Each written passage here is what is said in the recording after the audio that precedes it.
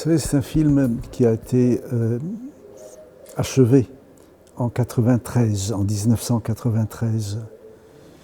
Et c'est un film qui a un peu accompagné le départ d'un très très grand ami qui était Serge Danet. Serge est décédé avant la fin du travail, et c'est-à-dire qu'il n'a vu qu'une copie de montage, il n'a pas vu le film terminé. Et le film reste pour moi lié à cette histoire d'une très grande amitié avec cet homme que nous aimions beaucoup. Et quand nous avons lancé un peu l'idée même du projet, l'idée du projet était comme on le dit à un moment dans le film, et c'était vraiment cela l'idée, c'était de disputer une partie amicale d'images. C'est-à-dire que nous avions décidé, lui et moi, de venir dans un lieu neutre, d'ailleurs c'est dans une brasserie, et alors que nous étions tout le temps en contact, presque plus d'un mois avant le tournage, on ne s'est plus du tout mis en contact l'un avec l'autre, puisque chacun devait amener à la place de ses cartes des images. Et puis, chacun dévoilerait une image que l'autre ne connaît pas. Et l'autre, sur l'image, ouvrirait une autre image, exactement comme dans un jeu de cartes, sauf que là, c'était des images et ça nous ferait parler. Donc, ce n'est pas par hasard qu'il y a eu le choix de cette partie, dans la mesure où lui, bien sûr, était un immense critique de cinéma. Moi, j'avais beaucoup travaillé sur les images. Et nous avions pensé que c'était la plus belle façon pour nous deux, nous en avions envie aussi, de faire une conversation. Donc c'est une conversation à travers des images que l'un et l'autre dévoilent, et sans fixation au préalable, ni quel est le thème, quel est le sujet, de quoi on va parler. Tout était laissé un peu, pas à l'improvisation, mais au spontané. La chose s'est faite également grâce à la présence donc d'une très vieille amie qui est Simone Bitton, qui a réalisé le film, et le film tout entier s'est placé vraiment sous la bénédiction de l'amitié, parce que les monteuses étaient là par amitié, et des producteurs nous ont donné de la pellicule par amitié, donc tout s'est fait presque avec rien, mais avec tout également. C'est-à-dire l'amitié a suppléé à ce qui est d'habitude un peu les règles d'une production. Et le film a été fait, c'était assez miraculeux, moi, je trouve, quand il a été fait. L'atmosphère était très très belle, dans la mesure où, mais ça c'est une règle pour moi, et Serge était d'accord, j'avais rien à lui prouver, et il n'avait rien à me prouver. Donc c'est beaucoup plus une conversation, d'ailleurs l'image le montre bien, côte à côte plutôt que face à face. C'est-à-dire c'est dans des rapports très très amicaux, chacun, si vous pensez un peu à l'idée des strates, chacun posait une strate, l'autre ajoutait une strate sur la strate. Et j'avais rien à prouver, il n'avait rien à prouver, mais on a pu échanger précisément comme cela. Et quand le film est sorti, mon sentiment bien sûr était la tristesse, parce qu'il n'était plus là, il était à l'image, mais il n'était plus là. Et en même temps, disons, une sorte de joie très très forte, parce que j'ai vu tout de suite que le film serait inclassable.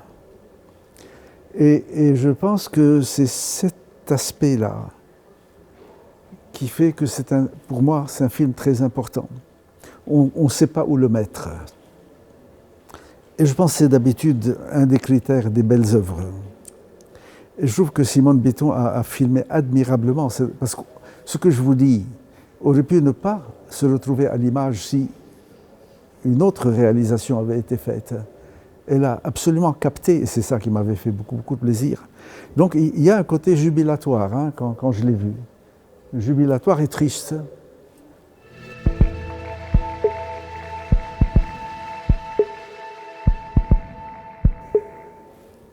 C'est très très difficile de réaliser que de 1993 à 2022, 30 ans sont passés. C'est surtout ça qui aujourd'hui m'émeut. C'est passé sans qu'on s'en rende compte. Vous savez, quand vous perdez des amis, vous ne vous mettez pas à calculer à chaque fois, ça fait 1 an, ça fait 2 ans, ça fait... Et puis tout d'un coup, il y a un événement qui arrive et vous vous dites, mais ça fait 30 ans. On ne fait pas des éphémérides quand les gens partent, parce qu'on pense à eux tout le temps. On ne se dit pas quand est-ce qu'il est décédé. Il y a ceux que vous oubliez complètement. Il y a des dictateurs auxquels on ne pense pas du tout. Mais les amis, on y pense sans date, en fait, parce qu'on les porte, on les transporte. Et en revoyant le film, il y a eu plusieurs occasions comme ça. Je me dis finalement le temps s'est écoulé sans qu'on s'en rende compte. Ça fait très très longtemps, une absence de 30 ans. C'est très très long. Et en même temps, il n'est pas absent. Vous voyez un peu ce que je veux dire, il n'est pas absent. Ça fait 30 ans qu'il est décédé, mais il n'est pas absent. Donc voilà, c'est un peu dans ce sentiment que j'ai.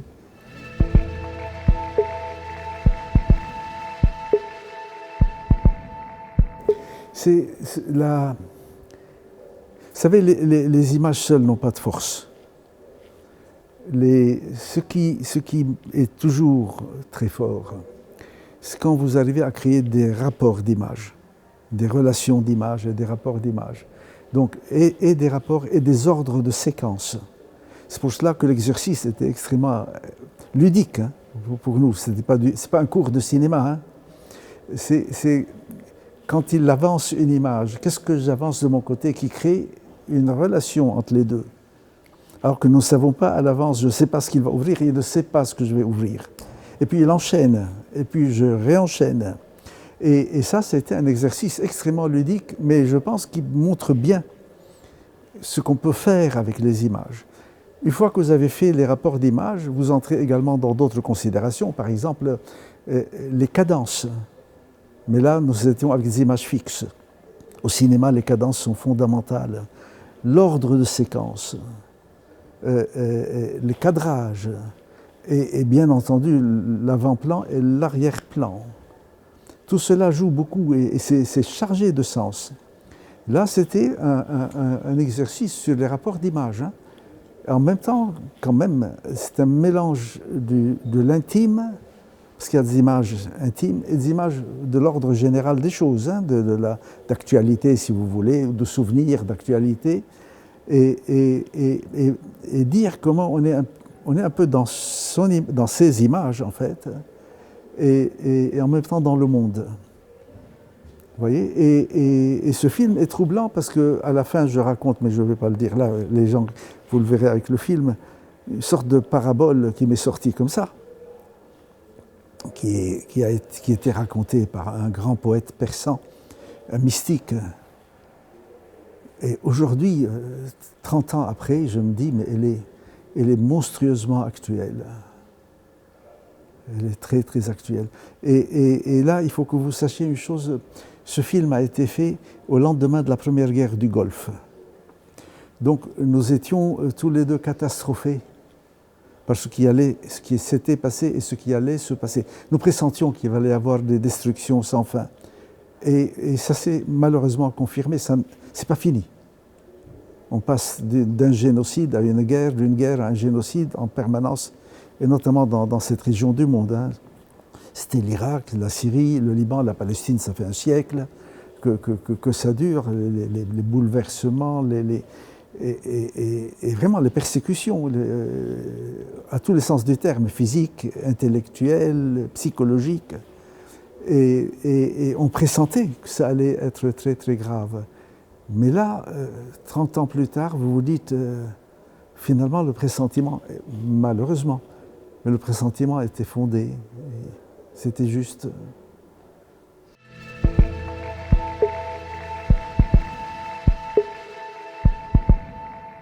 Je ne les revois pas, ils ne sont jamais partis.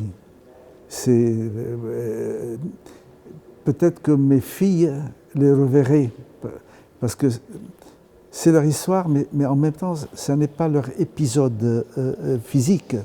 Moi, j'ai été porté par ma mère dans un camion vers la frontière. J'avais 14 mois, un peu plus qu'un an.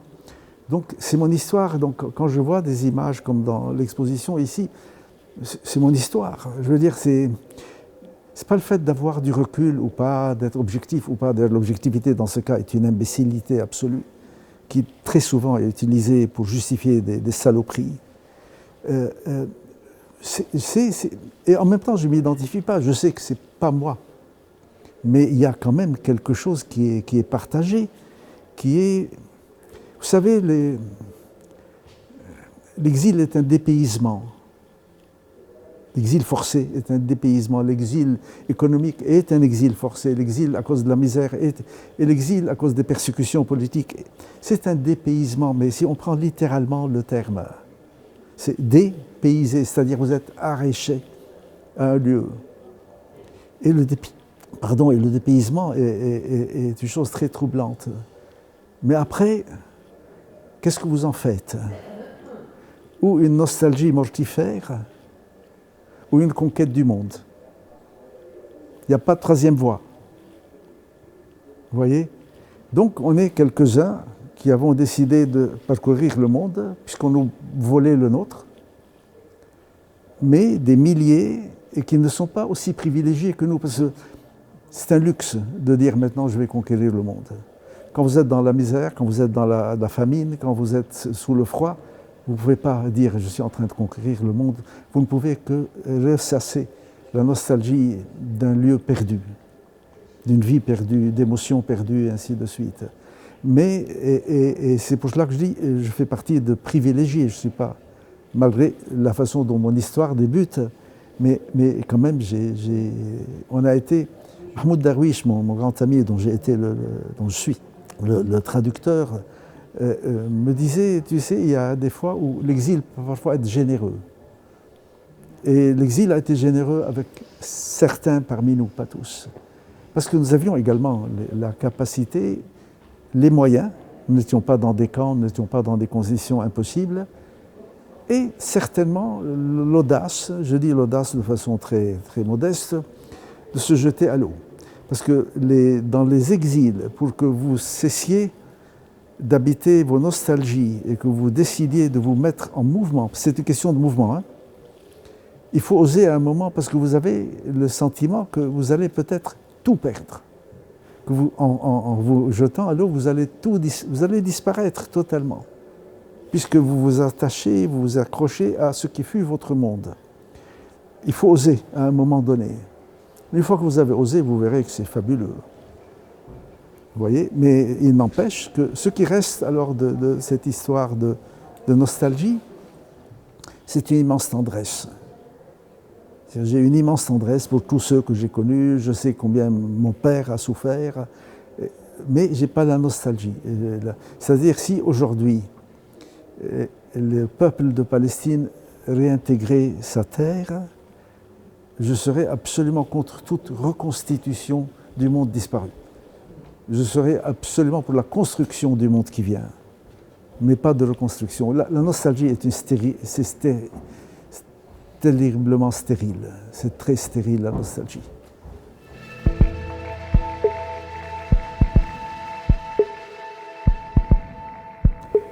Vous savez, le lieu est déjà extrêmement troublant au sens très positif, pas négatif. C'est un lieu très troublant. C'est bouleversant quand vous arrivez de nuit, que vous voyez des carcasses de maisons, vous ne les voyez pas, vous savez que c'est des ruines, et puis cette descente au centre de la terre, parce que puisque le mémorial est immergé, on ne va pas dire enterré, mais il est immergé dans le sol. Et c'est une idée magnifique d'architecture. Vraiment, c'est un des bâtiments les plus beaux que j'ai vus. Moi, j'ai beaucoup voyagé du fait de mes activités. Mais c'est vraiment un lieu unique, vraiment unique. Et donc, quand vous êtes là, que vous... Ce qui est très beau, je vais vous dire, c'est que dans toutes ces projections, ce n'est pas le fait que ce soit des documentaires ou pas, vous ne faites pas de commémoration. Moi, personnellement, au niveau personnel, je hais les commémorations. Je pense qu'il y a quelque chose de macabre dans les commémorations. D'ailleurs, aujourd'hui, si vous regardez bien, la plupart des célébrations artistiques, entre guillemets, sont des commémorations mortifères. Victor Hugo aurait eu 2 siècles. Brassens, il aurait eu 100 ans. C'est tout le temps cette approche qui est étouffante et qui transforme l'art en une question de dépouilles et de cadavres, alors que l'art devrait être un point de vie. Ce qui est très beau dans le fait de faire des documentaires, etc., c'est que ce n'est pas une illustration, ce n'est pas une commémoration. C'est de dire, dans ce camp, qui a été un camp de mort, des gens n'ont pas été gazés, on le sait, beaucoup ont souffert, beaucoup ont dû mourir pour d'autres raisons. Mais 5 ans de la disparition, ce n'est pas un camp de génocide, mais 5 ans de la disparition. Comment ces milliers, dizaines de milliers de personnes sont parquées en se disant quand est-ce qu'elles vont disparaître et sortir de scène et arrêter de nous embêter. Là, je vous dis une chose qui me touche beaucoup parce que ça se dit pour nous aussi. Que dans des lieux comme cela, on fasse des œuvres qui n'ont rien à voir de façon directe, mais qui chantent la vie, c'est ça qu'il faut. Donc je suis très très content qu'il y ait ce festival.